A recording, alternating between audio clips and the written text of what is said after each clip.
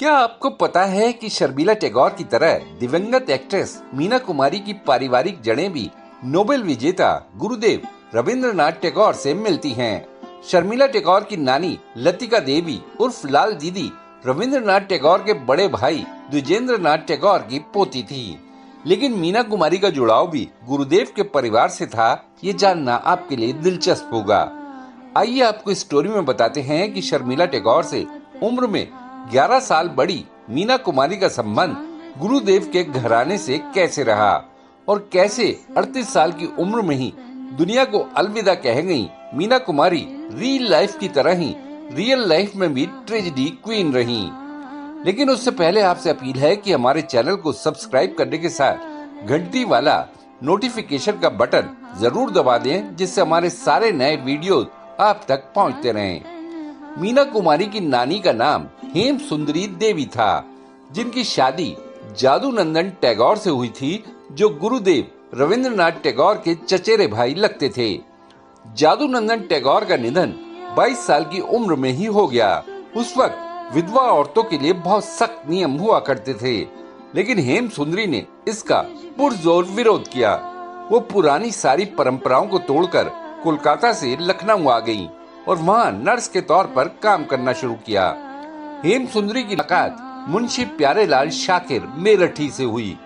प्यारेलाल शाकिर जाने माने उर्दू पत्रकार और शायर थे।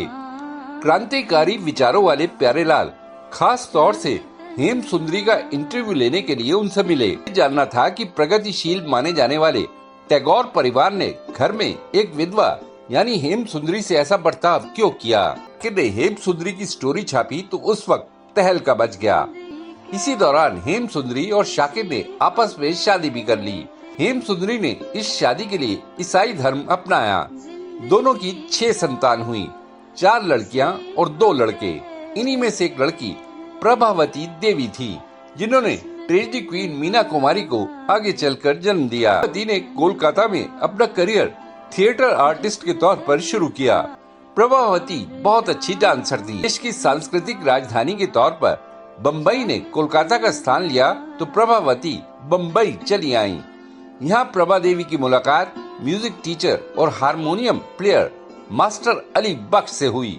दोनों में स्टेज पर साथ काम करते करते प्यार हो गया और दोनों ने शादी कर ली। 1 अगस्त 1933 को दोनों के घर बेटी मेहर जबीन ने जन्म लिया, जो आगे चलकर मीना कुमारी बनी। मीना कुमारी की एक बड़ी बहन खुर्शीद थी और एक छोटी बहन महलिका। महलिका उर्फ मधु की शादी जाने माने कॉमेडियन महमूद से 1953 में हुई, लेकिन 1967 में तलाक हो गया। दोनों की 4 संतान हुई, जिनमें से एक लक्की अली जाने माने सिंगर हैं। मधु ने महमूद से तलाक के बाद किशोर शर्मा से शादी कर ली और उनका नया नाम माधुरी किशोर शर्मा हो गया। माधुरी किशोर शर्मा के मुताबिक टैगोर परिवार ने प्रगतिशील होने के बावजूद उनकी नानी हेम सुंदरी और उनके वंशजों से किसी तरह का नाता रखना पसंद नहीं किया।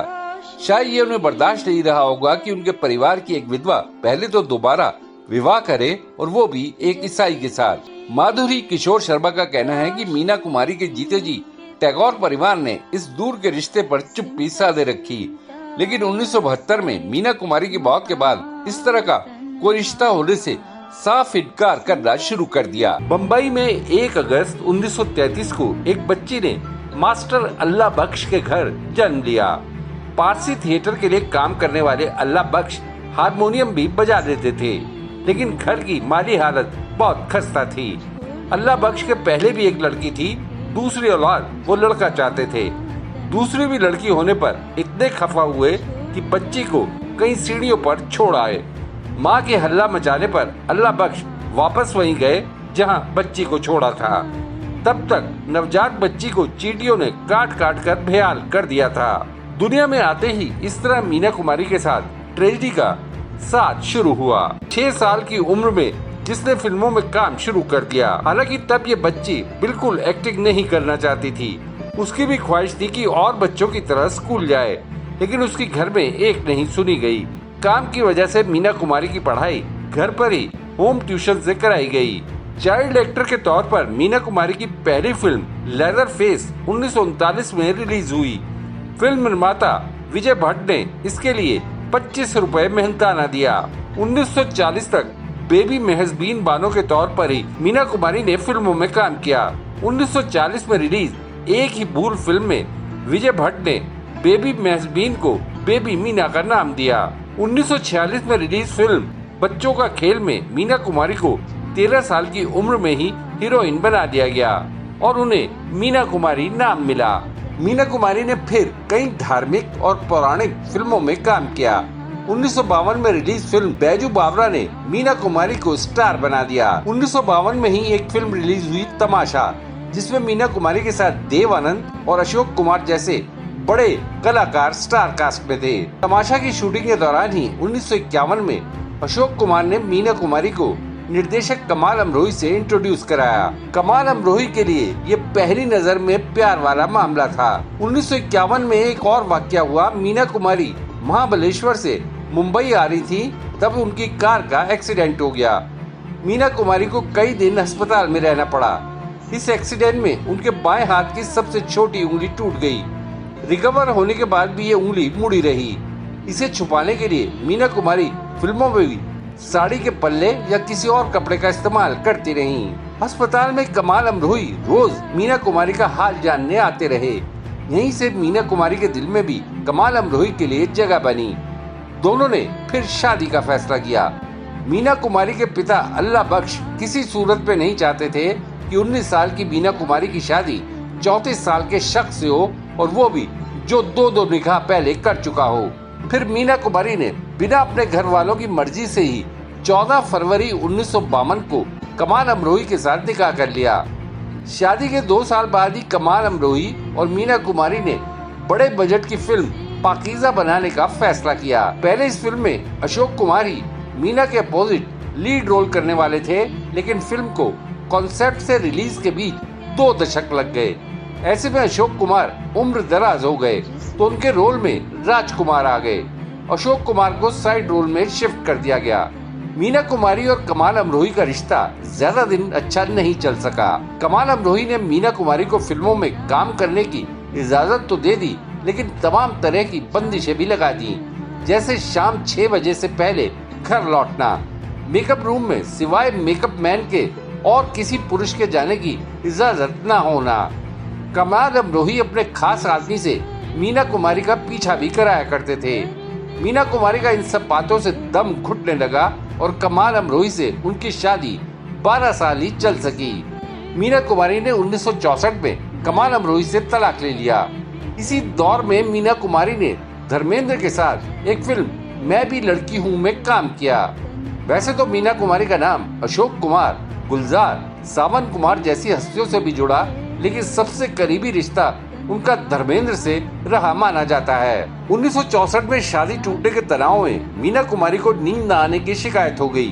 डॉक्टर ने तब उन्हें सोने से पहले ब्रांडी लेने की सलाह दी। यहीं से मीना कुमारी को अल्कोहल की लत लग गई। यहाँ तक कि उनकी सेहत पर भी इसका असर पड़ना शुरू हो गया। मीना कुमारी को धर्मेंद्र के साथ उन दिनों इतना अच्छा लगने लगा कि फिल्मों में हीरो के तौर पर धर्मेंद्र को लेने के लिए वो निर्माता निर्देशकों पर जोर डालने लगी। 1964 से 1968 तक मीना कुमारी ने 11 फिल्मों में काम किया, जिसमें 6 में उनके साथ लीड रोल में धर्मेंद्र नजर आए। 1966 में मीना कुमारी और धर्मेंद्र की फिल्म फूल और पत्थर सुपरहिट साबित हुई। इस फिल्म ने धर्मेंद्र को ही मैन का टाइटल देने के साथ सुपरस्टार बना दिया।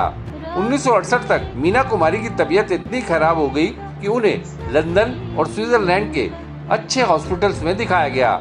उन्हें लिवर सिरोसिस डायग्नोस हुआ। डॉक्टर्स ने उन्हें सलाह दी थी कि रिकवर होने के फौरन बाद काम शुरू ना करें, लेकिन भारत लौटते ही उन्होंने फिल्मों के लिए शूटिंग दोबारा शुरू कर दी। यहाँ तक कि पति कमाल अमरोही से तलाक के बाद उन्होंने जिस फिल्म पाकीज़ा की शूटिंग 5 साल से रोक रखी थी, उसके लिए भी 1969 में उन्होंने शूटिंग शुरू कर दी। पाकीज़ा 4 फरवरी 1972 को रिलीज हुई।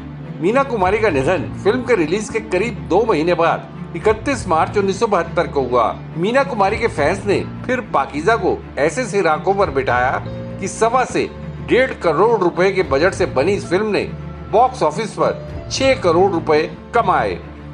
38 साल की उम्र में इतनी दुश्वारियों से गुजरने के बाद मीना कुमारी की मौत पर उनकी पक्की सहेली और जानी मानी अभिनेत्री नरगिस ने एक उर्दू मैगजीन में आर्टिकल लिखा, मौत मुबारक हो मीना, ये दुनिया तुम जैसे लोगों के लिए नहीं है। जिंदगी क्या इसी को कहते हैं। देशनामा के लिए खुशदीप सहगल की रिपोर्ट। आपको ये वीडियो कैसा लगा, या अगर आपके दिमाग में कोई सवाल है तो कमेंट बॉक्स में जरूर बताइएगा। वीडियो पसंद आया तो लाइक शेयर करना ना भूलिएगा। आपने देशनामा को सब्सक्राइब और नोटिफिकेशन के लिए घंटी वाला बटन दबा ही दिया होगा। फिर मुलाकात होगी आपसे, तब तक के लिए नमस्कार।